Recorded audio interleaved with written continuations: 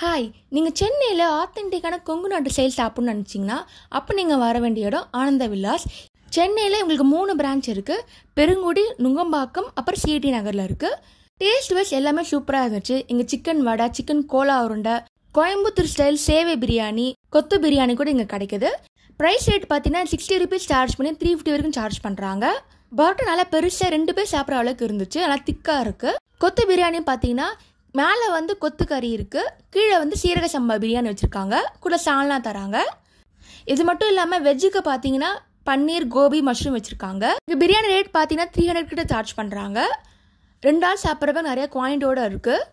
Taste நல்லா இருந்துச்சுங்க. நிறைய பீசஸோடு இருந்துச்சு. கொத்து ஃப்ரைட் ரைஸ் கூட வச்சுருக்காங்க. ஃப்ரைட் ரைஸில் கொத்து சிக்கன் போட்டிருப்பாங்க. தந்தூரி ஐட்டம் இந்த கடையில் இல்லை, அதை ஆட் பண்ணி நல்லா இருந்திருக்கும். லன்ச் டைமில் நீங்கள் வந்தீங்கன்னா இங்கே chicken meals, fish meals, mutton மீல்ஸ்லாம் வச்சுருக்காங்க. அதுவும் நீங்கள் ட்ரை பண்ணி பாருங்கள். பரோட்டாவில் ஏகப்பட்ட வெரைட்டிஸ் இருந்துச்சு. வீச்சு பரோட்டா, நார்மல் பரோட்டா, லப்பா பரோட்டா கூட இருந்துச்சு. நெக்ஸ்ட் நம்ம பார்க்கும்போது கொத்து இட்லி. கொத்து பரோட்டா ஃபார்மேட்லேயே கொத்து இட்லி பண்ணியிருக்காங்க. அதே மாதிரி ஸ்பைஸியாக இருந்துச்சு. 2 ஆள் சாப்பிட்ற மாதிரி நிறைய குவான்டிட்டியோடு இருந்துச்சு.